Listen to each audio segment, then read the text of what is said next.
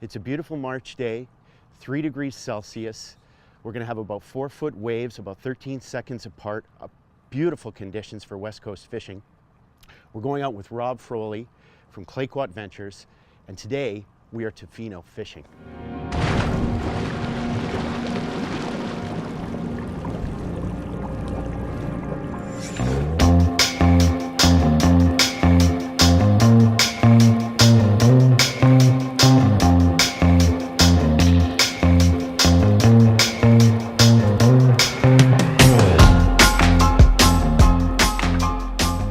So as you can see, I've got the tandem hooks set up like that, top one into the top of it, and that's kind of look like a half-dead fish there swimming.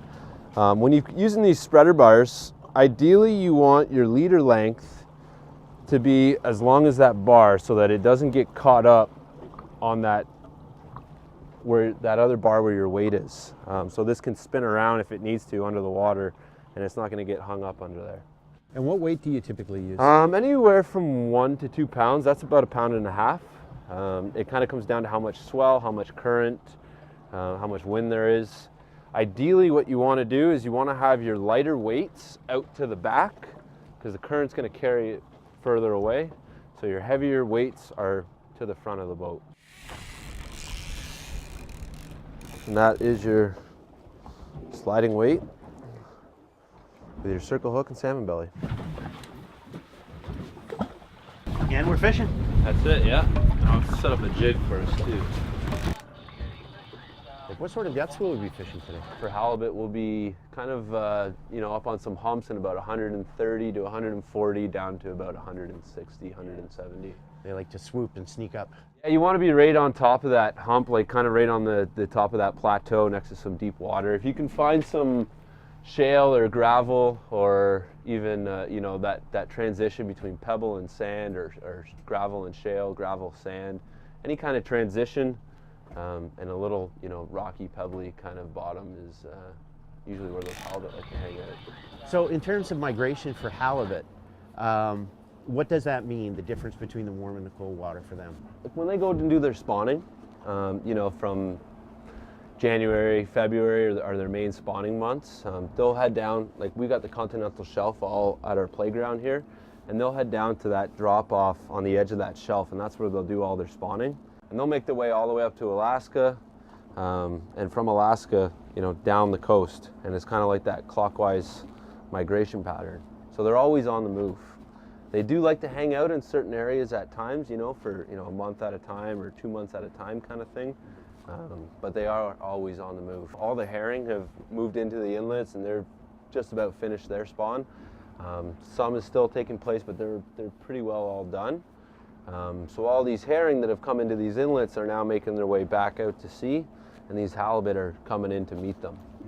Yeah, using a bait sack or bait ball or chum bag or anything like that is really good, because obviously the boat is going to naturally be pointed into the current, and this way you'll be taking the scent directly over your lines, which is typically being fished off the back of the boat, and then so the fish are hopefully going to come up from behind, and then of course see your bait that you're fishing with and attack that rather than the bag. Some of the issues you can have with tying your bait bag to your anchor is that it can almost be too far away from your baits if you've got 400 or 500 feet of line out there. Right, so that's why you prefer using a downrigger, so it's really close to the bait on your line. And it's easy to change if you need to. The crabs will pick at it. Sometimes you get the octopus that'll latch onto it. Mm-hmm.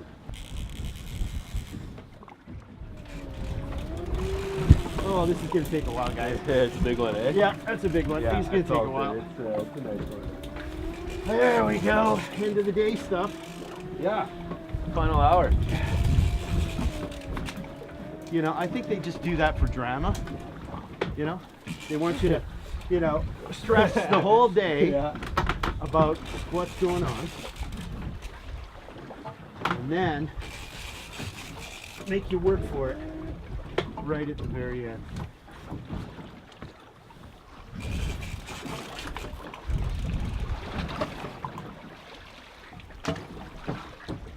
Okay.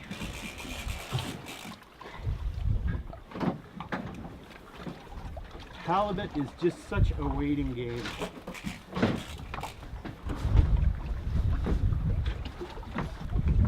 Sides here.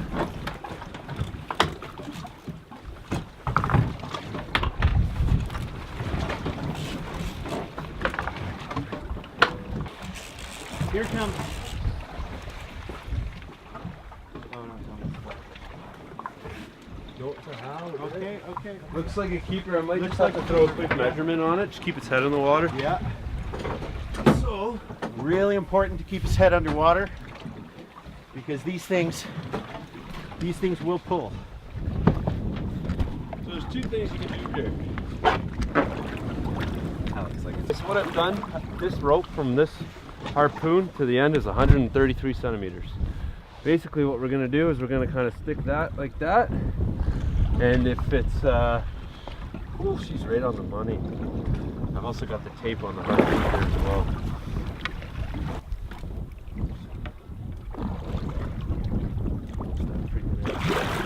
He wants to go, kind of let him go.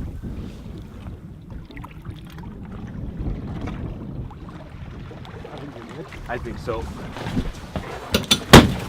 All right, guys. There we go. Good one. Go high five, buddy. Alrighty. Nice work, man. Nice work. Waited all day for that one. Yeah, that's a good one. Patience is the key, and it paid off. Well done. Nice Hey, fish. nice job. Nice fish. You got to come fish with these guys at Tofino Fishing. It's just the best time. Beauty, look at how fat she is. He is probably.